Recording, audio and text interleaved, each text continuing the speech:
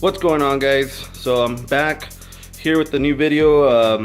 I am trying to make a dolly to use when I go to the junkyard. One of my friends gave me the idea of using a dolly to carry around all my stuff instead of carrying it in a bag or a backpack or anything like that. You know, your hands things get heavy and your hands start hurting, and then next thing you know, you don't want to go to the junkyard no more. Now, who wants that, right? You want to make sure you go to the junkyard and get some cool parts. So what I was doing is this right here. I had obviously a big dolly with the bucket on it, but it's too big. I don't want to be carrying this around. It's too much to be carrying around. So what I have come up with is my wife's grandmother. She passed away maybe, like, I think it was like 4 or 5 years ago, 4 years ago, something like that. So she had an oxygen tank dolly, and it's just been sitting in my backyard for a while. So what I'm gonna do is I'm gonna use that for my dolly so that I can carry my bucket around. I'm gonna put the bucket here, so that's gonna work. What I'm gonna do is I'm gonna cut a piece of metal so that it becomes like a V, like this, and then I'm gonna weld it on just so that the bucket doesn't rub on the wheels. And what's cool about this is it's adjustable, so you could push these pins in. It'll go up and down. So I mean, I could pretty much drive it, take it down to the junkyard in whatever vehicle that I want. Probably not the motorcycle, but any other vehicle will do. So, okay, I'm gonna get started. I'm gonna cut this piece of metal, and then I'm gonna weld it on. And I'm gonna cut the piece of metal, and then I'll show you guys a little bit further of how exactly I want to do this.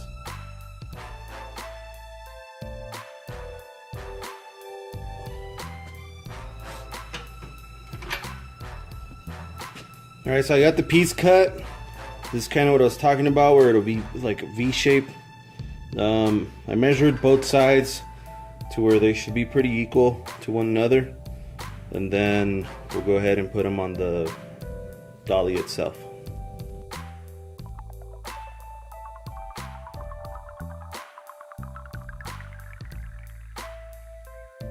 So now what I'm gonna do is I'm gonna go ahead and clean up the edge right here, because this is chrome. So I'll mark where I'm gonna want it. I'll clean up the edge, make sure that it's bare metal, and then we'll put our piece on and we'll weld it on, and we'll go from there.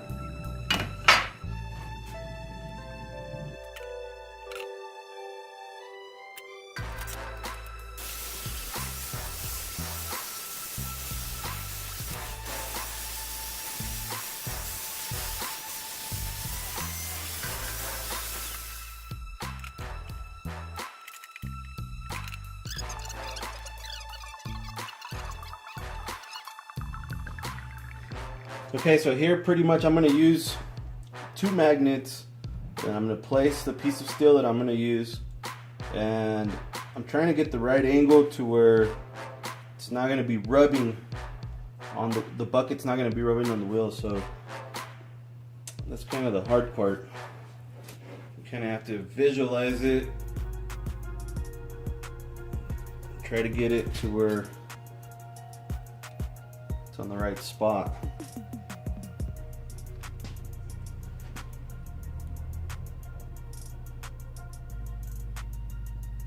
That kind of looks good from this angle.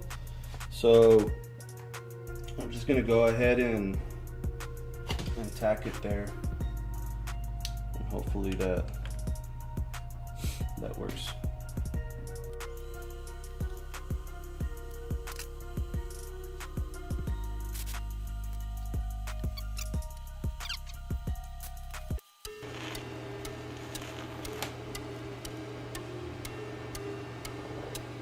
Well, I blew a hole through. Stuff seems like it's still very dirty. even though I cleaned it up. So it's tacked on now, so I'm gonna go ahead and I'm gonna hit it again with the grinder, and hopefully it'll clean it up a little bit better so that I could weld it a little bit better than that, and then I'll try to fill in that hole.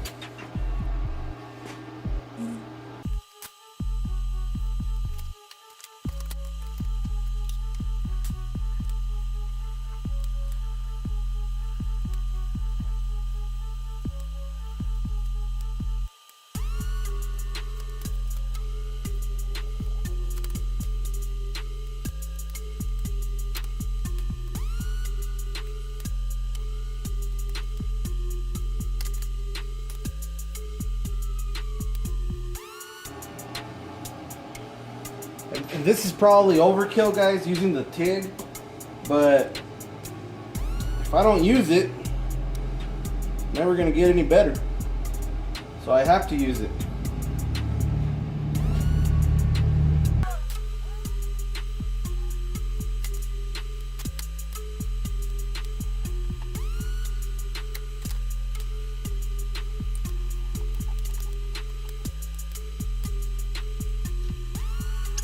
I think that's good enough.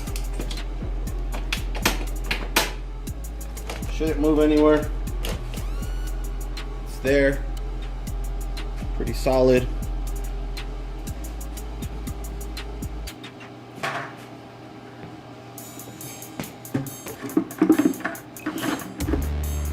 Yep, it's gonna do the job. Here's something that I wanted to show you guys as well.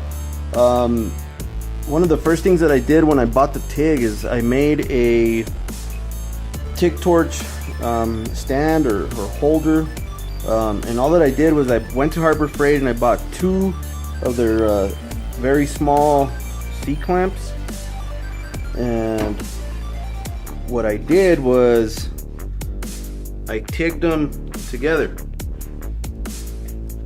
one on top of the other. You guys can see.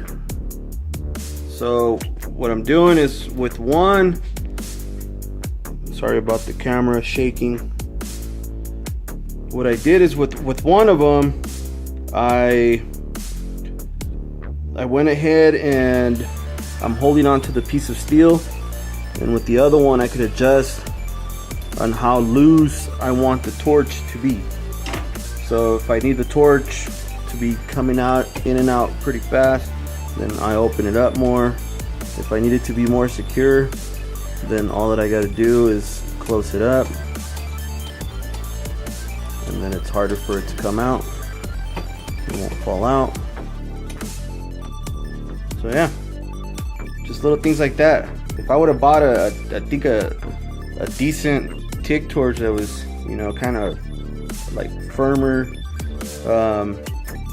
it would have been like 30 bucks. I mean, each one of those was $2, and then I got to practice my TIG welding. So, alright guys, it's the next day.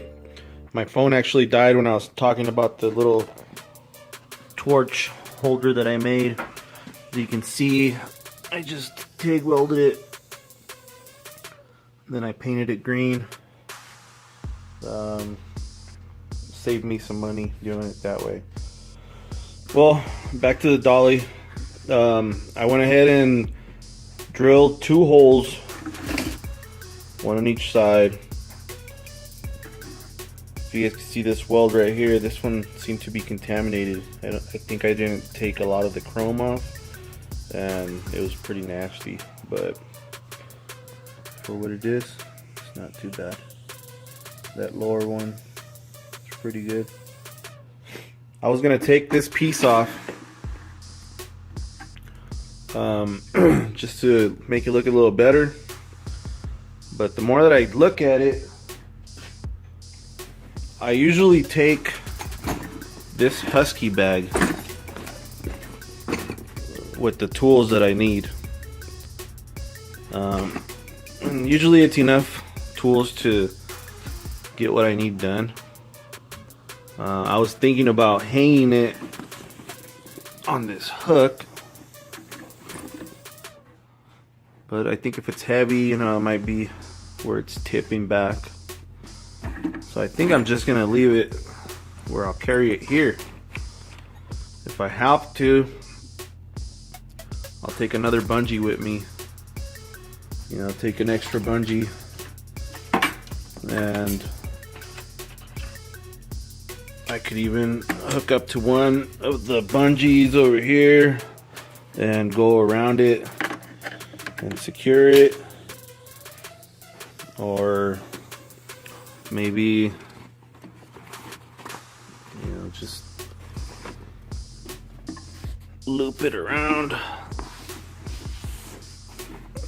have it there. I think I'm just gonna leave it. I think it'll hold my tools, and I can carry it around, throw some parts in there, get some pigtails. That's pretty much what I did this weekend. Went to the junkyard and I got 2 mass airflow sensors off of some Denali's and got a bunch of pigtails. I had bought another wire harness. You guys can see it down there, and it was missing the transmission side of it. So I went and found another harness that was already butchered up. So I just went ahead and I took off, you know, this piece and made it work. So I'll end up having 2 harnesses.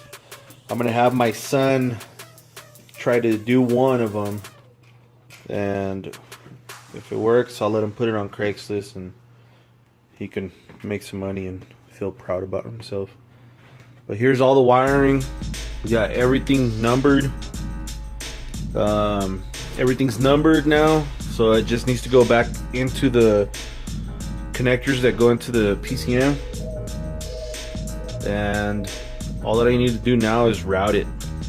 So hopefully we get some time here to do that, and then we can route everything up. But that's pretty much it for this video, guys. Thanks for watching. Please give me a thumbs up, share with your friends, and don't forget to subscribe. Thank you.